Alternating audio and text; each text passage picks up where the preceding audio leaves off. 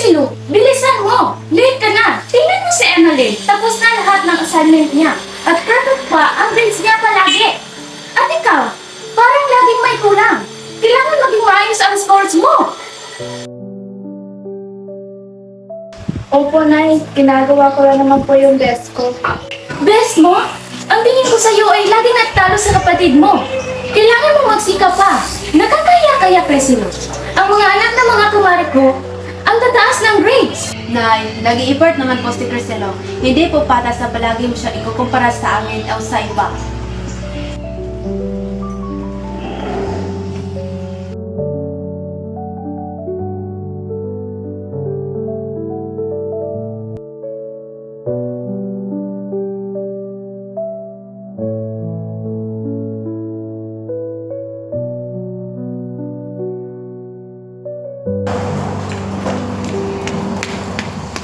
Good morning, class. Our topic for today is dias. What is dias? Good morning, ma'am. Priscilla, bakit ngayon ka lang? Late ka na naman? Pasensya na po, ma'am. Halika, umupo ka na sa upuan mo.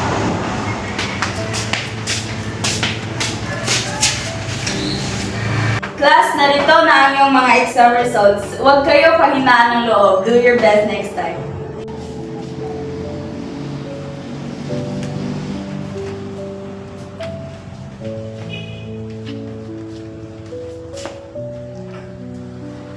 Wow, salamat. Nakapasa rin ako. Ako rin, nakakuha ako ng magandang resulta. Ikaw, Priscilla, ilan ang sa iyo?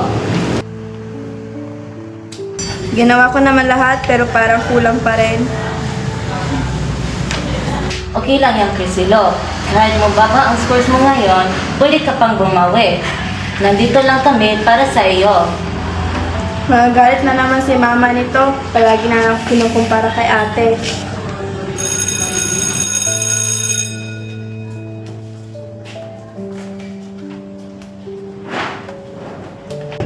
Okay, class, pwede na kayong umuwi. Paalam. Paalam po, Pilipinas ulit.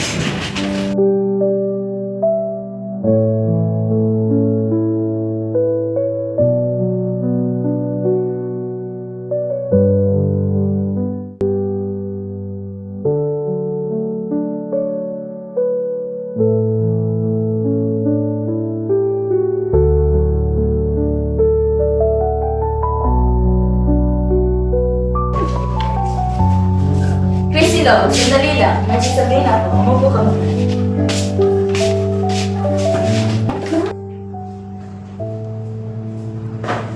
Okay ka lang ba? Parang may problema ka. Kasi po, ma'am, hindi pa rin sapat ang ginagawa ko sa school. At palagi na lang po akong kinukumpara ng aking nanay. Ginagawa ko naman po lahat eh. Sana po nagkulang. Nakita ko yung effort mo, Priscilla. Kaya mo yan, kaya huwag kang pahinaan ng loob. Puntahan kaya natin ang ating guidance counselor na si Ma'am Alcibar sa guidance office. Sa guidance office po, huwag na po, nahihiya po ako. Huwag kang mahiya. Si Ma'am Alcibar ay makikinig at handang tumulong sa iyong mga problema. Minsan kailangan natin ng kaunting gabay upang ma-manage ang pressure sa school at sa pamilya.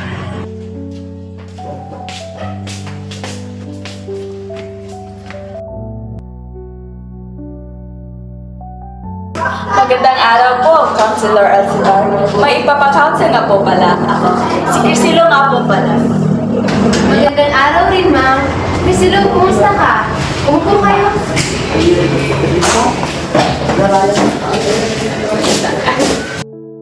Ma'am Robin, salamat sa pagdala ni Priscilla dito. Ano nga ba ang problema mo? Ma'am, kasi mababa po yung mga resulta ng exam ko at palagi po akong kinukumpara ni nanay sa ate ko. Kahit ginagawa ko lahat ng mga kaya ko, parang hindi pa rin sapat at pakiramdam ko parang kulang pa rin. Naiintindihan kita, Priscilla. Hindi lang sa scores nakikita ang halaga mo, kundi sa pagsisikap at pagpupursige mong mag-aral. Pwede natin pag-usapan kung paano ka makapag-handle ng pressure at kung paano mo maipapakita ang iyong best nang hindi naka-apekto sa sarili mo. Gusto mo bang gumawa tayo ng plan para mas ma-manage mo ang stress at studies? Opo, gusto po. Sige, tingnan natin ang subjects mo. Saan ka nahihirapan? Sa math at science po, sobrang dami ng lesson. Okay, hatiin natin ang oras mo. 2 oras sa math, may short breaks. 1 oras sa science, may review sheets. At 30 minuto para sa sarili mo. Pahinga, lakad, at pagkain. Parang kaya ko po kung may plan at para ma-manage ko po yung oras ko ng tama. At pangalawa, gusto kong makausap ang nanay mo para mas maintindihan at malaman niya kung ano ang inyong nararamdaman. Maaari rin suportahan ka, hindi ka pipilitin. Kaya iimbitahin ko ang nanay mo dito upang makausap siya. Maraming salamat po. Pakiramdam ko, gumaanap ng loob ko. Nakita mo, Priscilla? Hindi ka nag-iisa. Kaya mo to. Maraming salamat sa magandang payo na binigay mo kay Priscilla, Ma'am Alcibar. Aalis na po kami.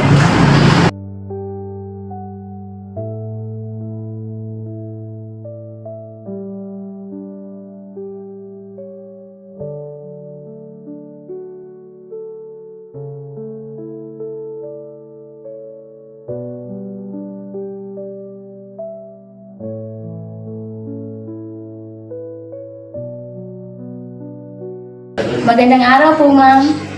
Magandang araw, ma'am. Kayo po ba ang nanay ni Crisilo? Opo, ma'am. Bakit, ma'am? May ginawa ba ang anak ko na masama dito? Mababa ba ang kanyang grades? Naku, ma'am, paumanhin talaga, ma'am. Yung anak ko yung antigas ng ulo. Nakakahiya na talaga si Crisilo. Ma'am, tama na po.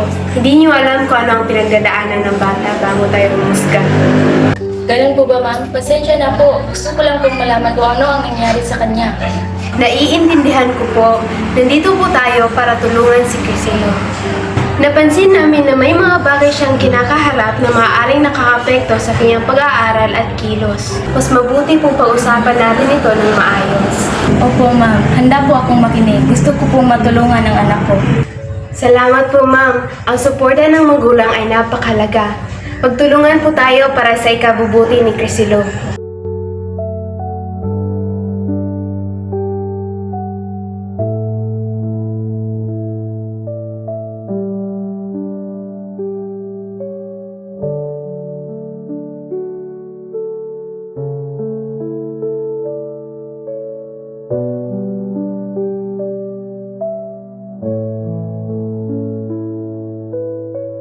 Anak, patawad. Lagi kitang ikinukumpara kay Emily. Pero mali iyon.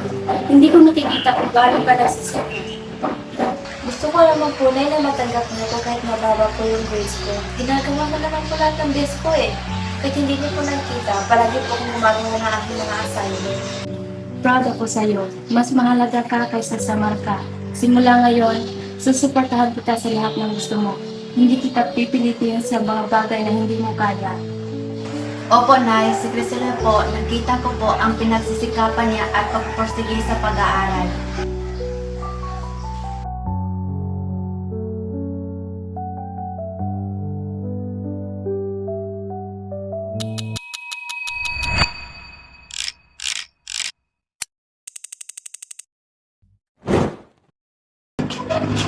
Naku, palilate na ako.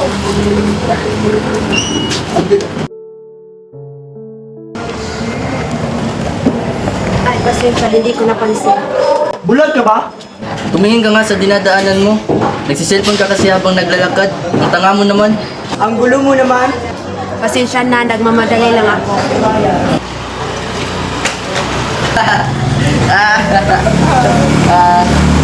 Malis ka na nga.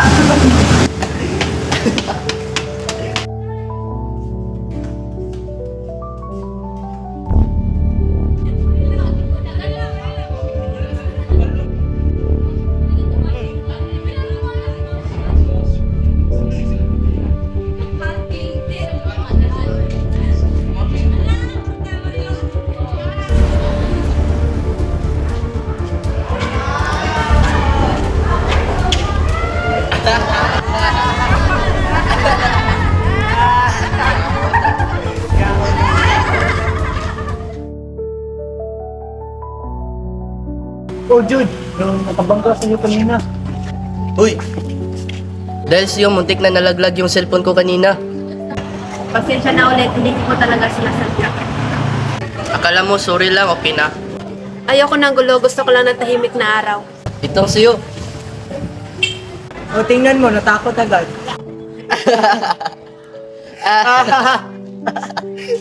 Hihina mo naman. Tara, alas na tayo bago may makapansin sa atin.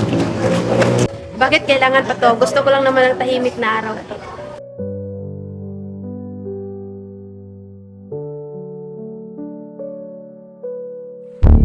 Pagod na ako.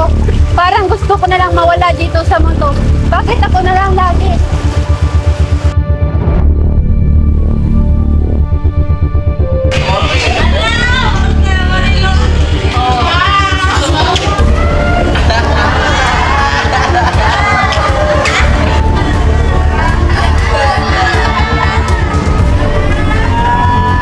Si Emeline yun ah!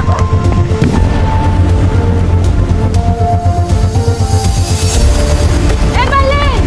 Anong binabalak mo? Kung anong problema mo, pag-usapan natin yan!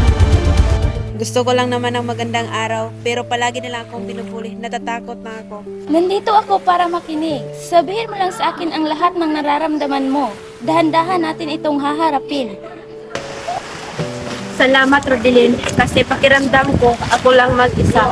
Nahihiya akong magsabi kasi natatakot ako na mas lalo pa nila akong pagkawalan. Ang pagtingin ng tulong ay hindi kainaan. Tapang yan. Mahalaga ka, Emeline, kaya huwag na huwag kang susuko.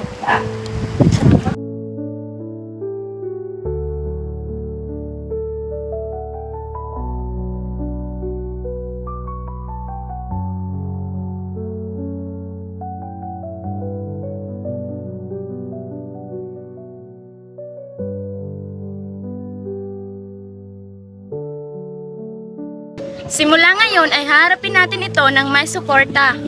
Oo, hindi na ako tatakas at haharapin ko tong hindi mag-isa. Salamat, Rodelyn.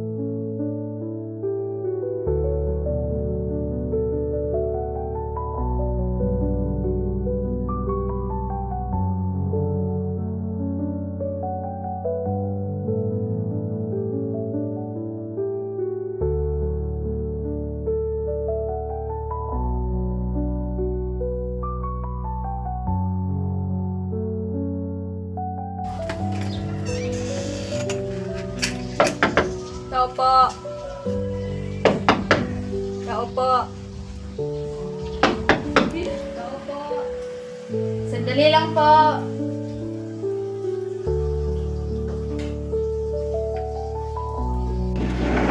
Uy, Noemi! Pumasok ka.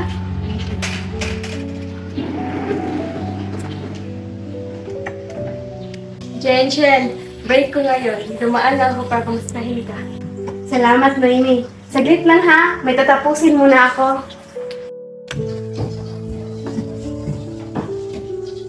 Jensen!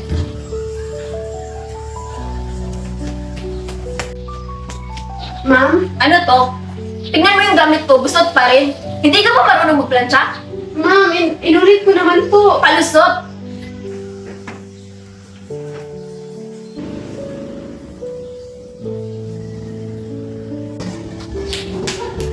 Ma'am, bakit niyo siya sinaktan? Wala akong pakialam. Simpleng trabaho hindi niya magawa. Pasensya na po. Palusot! Tapusin mo yan kung ayaw mong mapalis dito.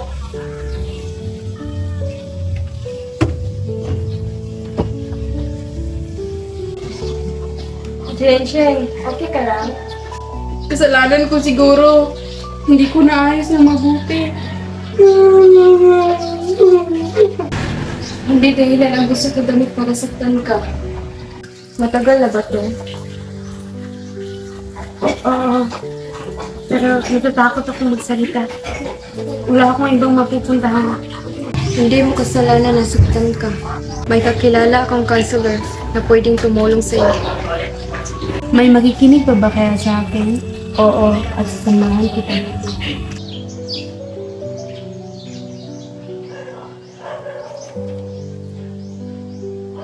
Jensen, ligtas ka rito. Walang sisigaw, walang mananakit. Maaari mong ilabas lahat ng nararamdaman mo. Anong pakiramdam mo tuwing nandyan siya? Parang palagi pa akong may mali. Kahit anong gawin ko, kulang pa rin. Natatakot po ako araw-araw. Ang takot na ramdaman mo ay bunga ng paulit-ulit na pananakit. Pero gusto kong malinaw sa'yo na hindi mo kasalanan ang sinapit mo. Akala ko, kasalanan ko po. Kaya, deserve po akong pagalitan. O saktan. Walang kahit anong karapatan ang nagbibigay sa isang tao para manakit.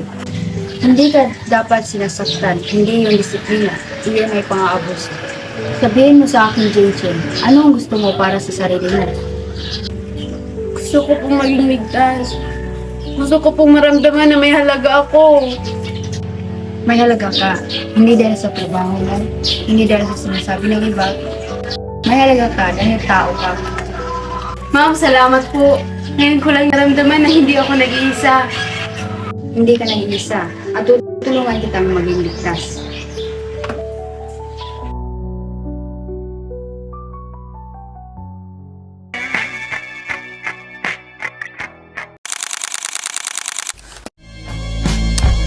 Just trust me, you'll be fine.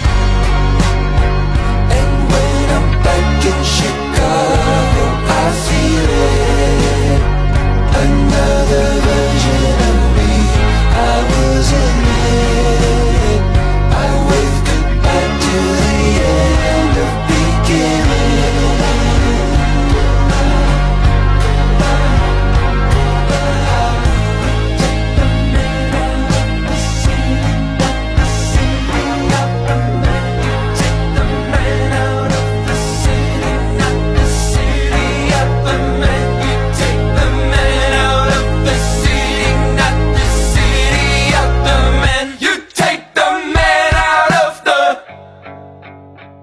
And when I'm back in Chicago, I feel